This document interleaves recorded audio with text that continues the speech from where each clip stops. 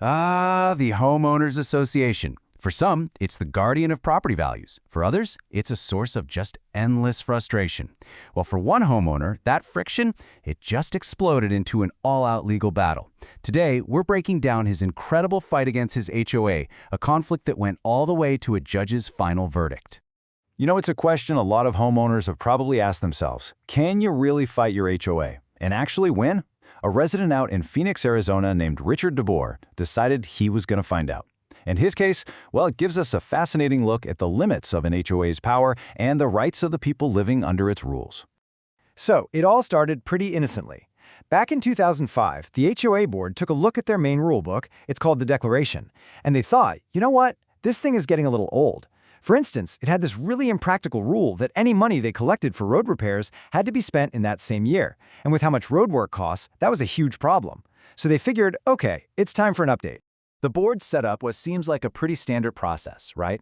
In 2005, a committee gets together to draft the new rules. They send out surveys to all 76 homeowners to get some feedback.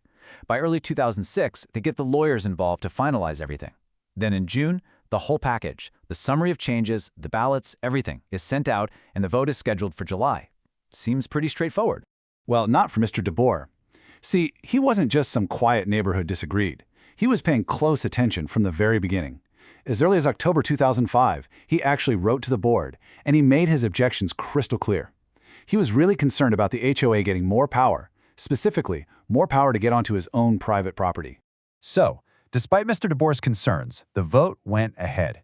And wow, the results were pretty decisive. To change the rules, the declaration required 75% of the homeowners to agree. That's 57 votes. The board got 58 votes in favor. It looked like a clear victory for the new rules. So, case closed, right? Not even close. Mr. DeBoer just wasn't buying it. He felt the board had totally rushed the process, that they'd misled homeowners with a summary that didn't tell the whole story, and that they'd pushed through these huge fundamental changes without nearly enough discussion. So he did what you do when you think you're right.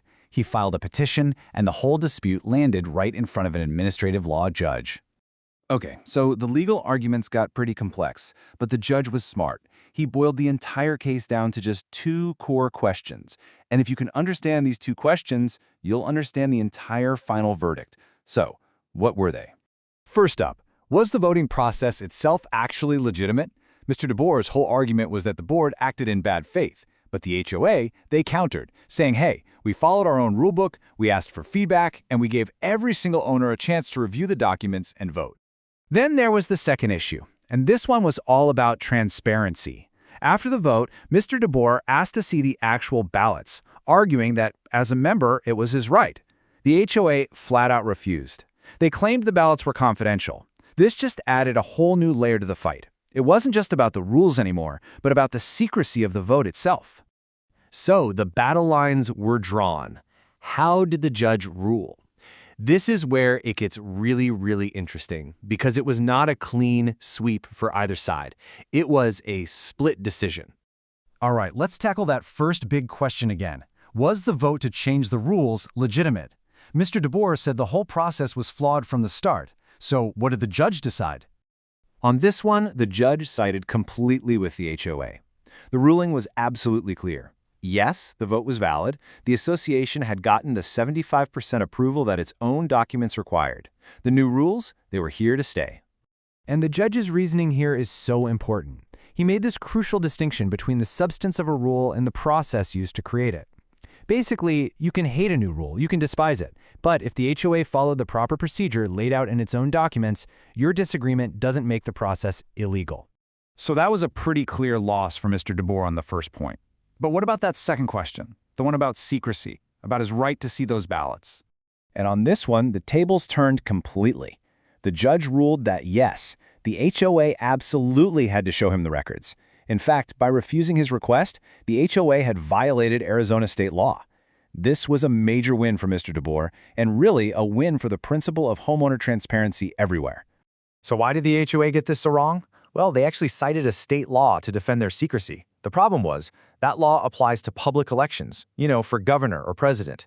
The judge basically said, you can't do that. Using a public election law to govern a private HOA vote makes no sense. It's like a basketball referee trying to call penalties using the rulebook for highway traffic. The law just didn't apply. So what does this all mean for you and me? I mean, this case isn't just some local squabble. It offers some really powerful lessons for anyone who lives in an HOA community. Let's break down the key takeaway. Here are 3 huge lessons. Number 1, process is paramount. As we saw, a valid process can make a rule you absolutely hate completely legitimate. Number 2, transparency is your right. State law often gives homeowners the right to inspect HOA records, and the board can't just invent reasons to keep things secret. And finally, number 3, read your documents. The entire case hinged on what the HOA's own declaration said. You've got to know what your rulebook says. And that leaves us with one last, really fascinating question to think about. The judge decided that process trumps substance. But for homeowners, really, does a fair vote make a bad rule any easier to live with? That's something to chew on the next time your HOS sends out a ballot.